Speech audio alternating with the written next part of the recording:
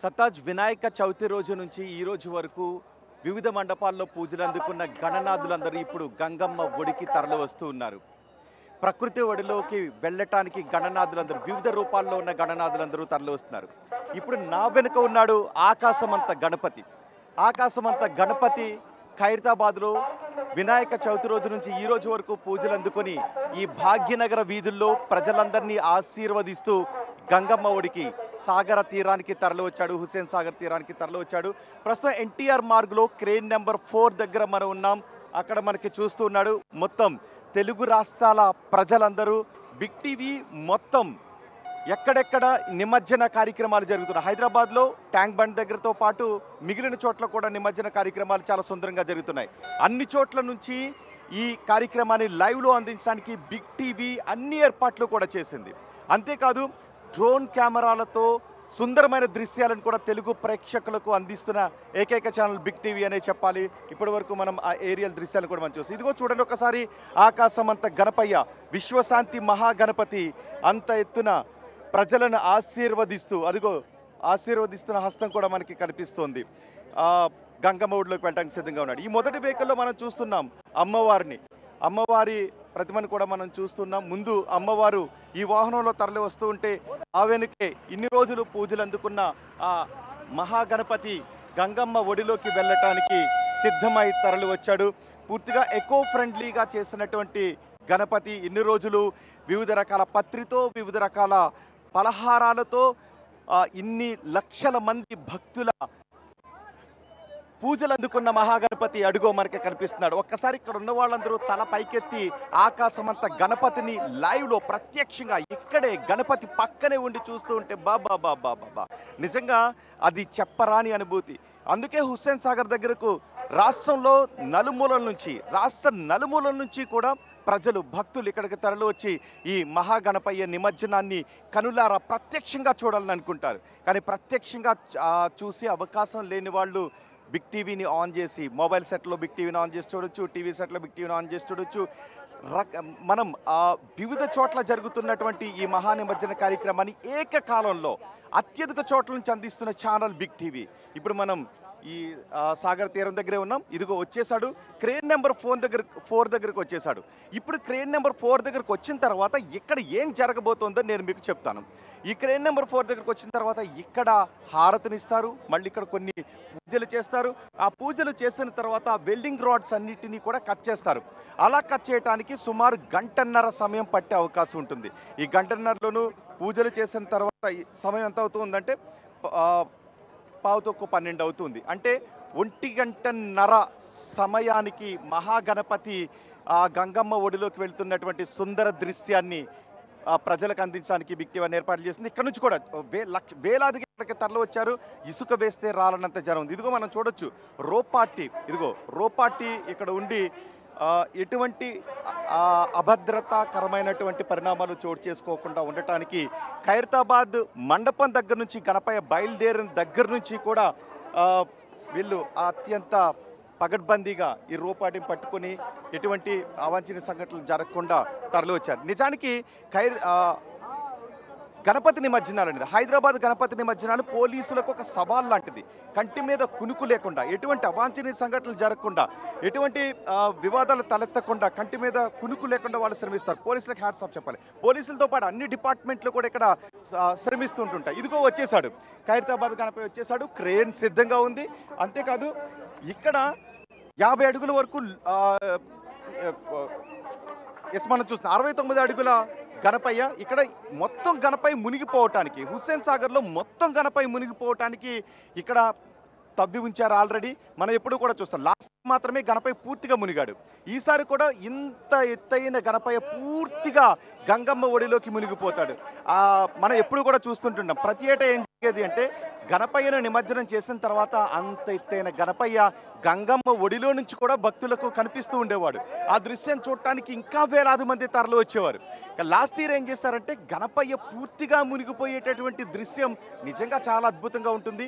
అలాంటి దృశ్యాన్ని రాష్ట్ర ప్రజలందరికీ చూపించాలి అని ఇక్కడికి వచ్చి అన్ని ఏర్పాట్లు చేశారు. ఇక్కడ ఇప్పుడు గణపయ్య పూర్తిగా ఇంత ఎత్తైన ఈ ఆకాశం అంత గణపయ్య భక్తులను ఆశీర్వదిస్తూ నేను వచ్చే ఏడాది మీతో వినాయక చవితికి పూజలు అందుకుంటాను. అప్పటి వరకు మిమ్మల్ని అందరినీ కంటికి రెప్పలా కాపాడుకుంటూ ఉంటాను, నిరంతరం మిమ్మల్ని నేను ఆశీర్వదిస్తూనే ఉంటాను అంటూ అభయాన్ని ఇస్తూ ఆ గణపయ్య గంగమ్మ ఒడిలోకి వెళ్ళే సుందర దృశ్యాన్ని ఇప్పుడు మీరు బిగ్ టీవీ స్క్రీన్ పైన చూడొచ్చు. బిగ్ టీవీ అన్ని ఏర్పాట్లు చేసింది.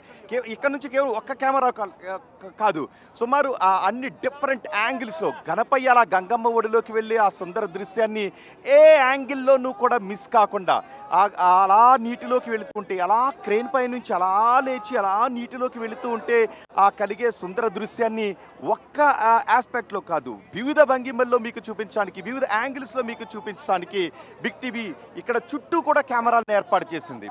అంతేకాదు హైదరాబాద్లో మిగిలిన చెరువుల్లో కూడా జరుగుతున్న నిమజ్జన ఏర్పాట్లను అందించడానికి మీకు ఏర్పాట్లు చేసింది. చూడండి, ఇక్కడ మన గణేష్ ఉత్సవ సమితి నేతలు కూడా ఉన్నారు, స్థానిక రాజకీయ నాయకులు కూడా ఇక్కడున్న కొంతమంది కళాకారులు కూడా వచ్చారు. ఈ గణపయ్య ఎప్పుడైతే ఖైరతాబాద్ మండపం దగ్గర 11 రోజులు పూజలు అందుకుని ఈ రోజు అలా కదులుతూ ఉంటే మహాగణపయ్యను తీన్మార్ స్టెప్లతో జై బోలో గణపతి మహారాజ్కి జై అంటూ ఆ నినాదాలతో అత్యంత భక్తి శ్రద్ధలతో కోలాహలంతో నిజానికి చిన్నపిల్లలను కూడా తీసుకొచ్చారు. చిన్నపిల్లలు కూడా చాలా ఉత్సాహంగా అలా తలెత్తి ఎప్పుడూ చూడనటువంటి గణపతిని, ఆకాశం అంత గణపతి మనం అనుకుంటూ ఉంటుంటాం కదా. ఈ భాగ్యనగర వీధుల్లో భక్తులను ఆశీర్వదించుకుంటూ ముందుకు వస్తుంటే చిన్న పిల్లలు కూడా కేరింతలు కొడుతున్నారు, వృద్ధులు కూడా ఇక్కడికి తరలి వచ్చారు. ఆ దృశ్యాన్ని మేము కళ్ళారా చూడాలి, అందుకే మేము ఏం పర్వాలేదు, ఎండున్నా పర్వాలేదు, నడిచి వచ్చినా పర్వాలేదు అంటూ వృద్ధులు కూడా ఇక్కడికి తరలి వచ్చారు. ఇక్కడ చూడొచ్చు, పోలీసులు బ్యారికేడ్లు ఏర్పాటు చేశారు. అటువైపు ఉన్న వాళ్ళని అటువైపే ఉండేలాగా కొన్ని పాసలు ఉన్నటువంటి మీడియా ఈ దృశ్యాలను ప్రపంచానికి చూపించాలి కాబట్టి ఇక్కడి వరకు మీడియాని అలౌ చేసిన పరిస్థితి కనిపిస్తుంది. ఇదిగో వచ్చాం, సరిగ్గా చూడండి, అదిగో క్రేన్ నెంబర్ 4 ముందు మహాగణపయ్యను నిమజ్జనం చేయటానికే ప్రత్యేకంగా ఏర్పాటు చేసినటువంటి క్రేన్ ఇది. దారుణ నాగేందర్ ఇక్కడున్న భక్తులను ఉద్దేశించి ఈ ఏర్పాట్ల గురించి మాట్లాడుతున్నారు. సో ఇక్కడ ఎక్కడ చూసినా కూడా కోలాహలం కనబడుతుంది. ఇప్పుడు ఈ మహాగణపయ్యను 1 గంటన్నర పాటు సమయం పడుతుంది. ఈ మహాగణపయ్యను 1 గంటన్నర తర్వాత నిమజ్జనం చేసిన తర్వాత మిగిలిన గణనాథులందరూ సాగర్ తీరానికి తరలి వస్తారు. ఇప్పుడు మనకి ట్యాంక్ బండ్ వైపు, అంటే అటువైపు మన ఎన్టీఆర్ మార్గ్లో ఉన్నాం, అటువైపు ట్యాంక్ బండ్ వైపు నిమజ్జనాలు కొనసాగుతున్నాయి. కానీ ఇటువైపు నిమజ్జనాల హోరు అందుకునేది సాయంత్రం 6 గంటల నుంచి. దాని నాగేందర్తో మాట్లాడుతున్నాం.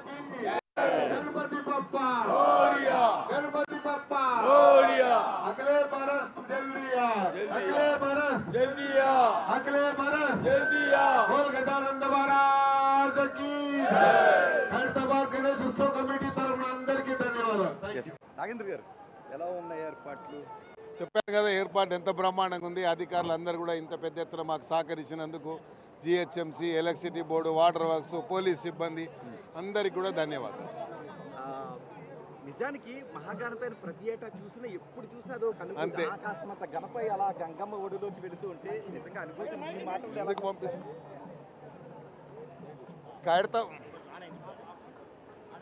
ఖైరతాబాద్ విఘ్నేశ్వరుడి ప్రత్యేకత ఏంటి అంటే ఎంత చూసినా కూడా తనివి తీరది. మరి ఆ విఘ్నేశ్వరుడు స్వయంగా ఇక్కడే వెలిసి ఇక్కడే మన సన్నిధిలోనే అశేషమైనటువంటి భక్తులకు ఆశీర్వాదం ఇచ్చినట్టుగా మరి ఆయన పాదాల సాక్షిగా అందరం మనం ఇక్కడ దర్శించుకుంటా ఉంటే జన్మ ధన్యమవుతుందని మీరు చూడండి, ఎంత చూసినా తనివి తీరది. ఆ విఘ్నేశ్వరుని ఎన్నిసార్లు చూసినా, ఎన్ని చేసినా కూడా, ఎన్ని దండాలు పెడితే ఆ విఘ్నేశ్వరుడు మన విఘ్నాలు తొలగిస్తాడో మీ అందరికి తెలుసు. కాబట్టి వచ్చినటువంటి భక్తుల విఘ్నాలన్నీ కూడా ఆ భగవంతుడు తొలగించాలని తో పాటు నేను కూడా భగవంతుడు అనుకుంటా ఉన్నాను. ధన్యవాదాలు.